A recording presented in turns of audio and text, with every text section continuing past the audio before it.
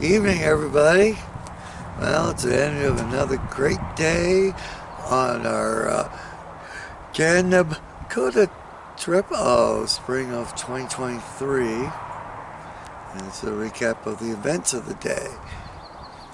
We started off at the Mount Rushmore KOA Resort Campground. And yes, it is in the name. And yes, it is a resort. We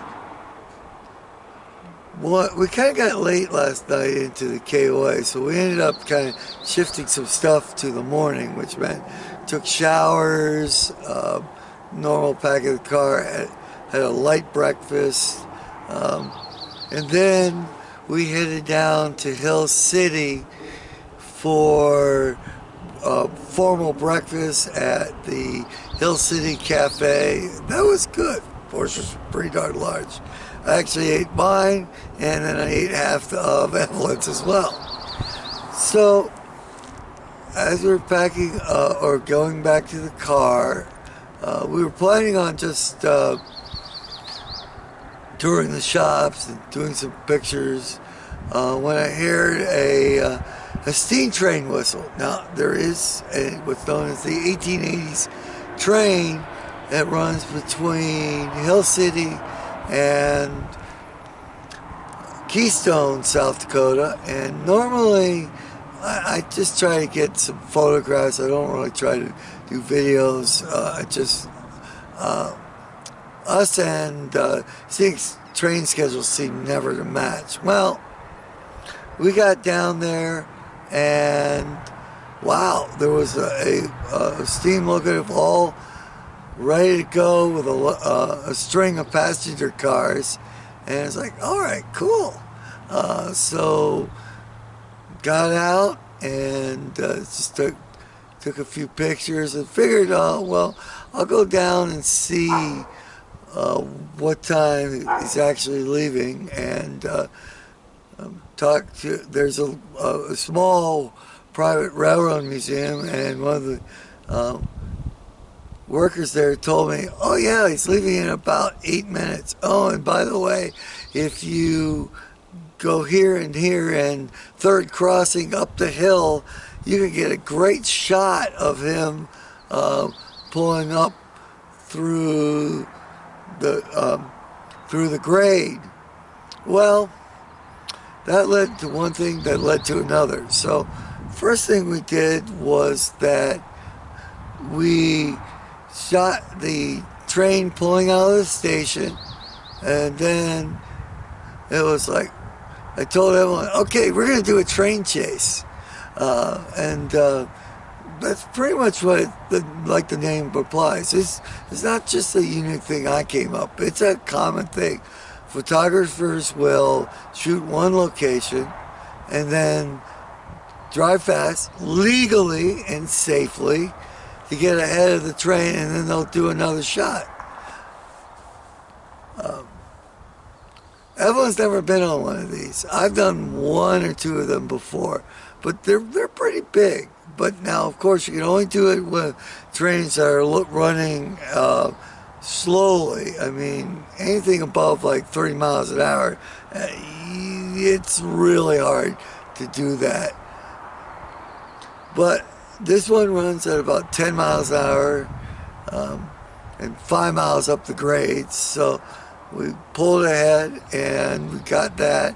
And then we literally chased him the 15 miles to Keystone, and we took like 4 videos at least of him coming across. So it's just like, you know, finish the shot, get in the car, drive a mile or two, and get out of the train, jump out of the car, grab the tripod, grab the camera, set it up, put the tripod set, make sure the camera's there and level, and then turn it on and make sure it's aiming the right way, and make sure you get all of this before the train shows up. And if you're good and you're fast, you can do it. If you're slow, you miss it. So, well, about 2.5 hours later, Well, about an hour and a half later, we were in Keystone. And hey, I have to say, I was really happy because, I have these business cards for the channel. And I figured, you know, I'll pass out maybe. I mean, if I'm lucky, I'll pass out about that many. That would be a really good day. Well, I took a whole bunch just in case. Well, good thing I did. Instead of this much, which I was expecting to hand out, I took out that much. I must have given out at least 50 cards. Yeah! Anyways, that means, so now we're in Keystone for like the 4th time. So we definitely did not stay around to go souvenir shopping again. We headed out and we did drove back another way, back to Hill City, and then from Hill City we went north, and there was a big quarrying rock shop operation going on, and we spent like an hour there. Oh, beautiful. Unless you actually do this, and I recommend you actually go to one of these places that sell mineral specimens, and it's just, you just might get the bug and say, wow, that's really nice, that's pretty, I'm going to buy it for the house. Now, we usually buy things about like that big, but, you have an unlimited budget? Well, they have mineral samples this big to this big. By the way, those, it could run you thousands of dollars. Piece that big, unless it's gem quality, it's going to be maybe several American dollars, or, even I've seen some, it's like there's a grab bin and you can grab any piece out, from that to like a fist-sized thing for like $1 each. From there, we did several campground videos along the way. We did a scenic byway down to Custer, the town, and we headed north on 385, and we went to the Crazy Horse, I don't know how to describe it, memorial? Yeah. But it's just like Mount Rushmore. They're carving it out of an entire mountain. They started work on this 70 years ago, and they're still not done. They're about, I would say about 1/3 done now. So we figure at least another 30, 40 years before they finish.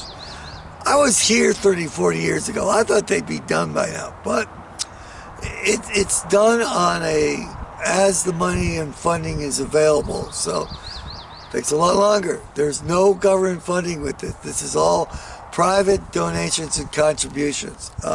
If you're in an area, I'd recommend it. Now, the price is not cheap. It's $24 a car. I would suggest don't think of it as just, as an admission. Think of it as a donation to the project, which a lot of the money from that entry fee is going to. There's a nice museum, and they also, now you could definitely from the parking lot outside the visitor center take great photos of the Crazy Horse statue, which is a work in progress.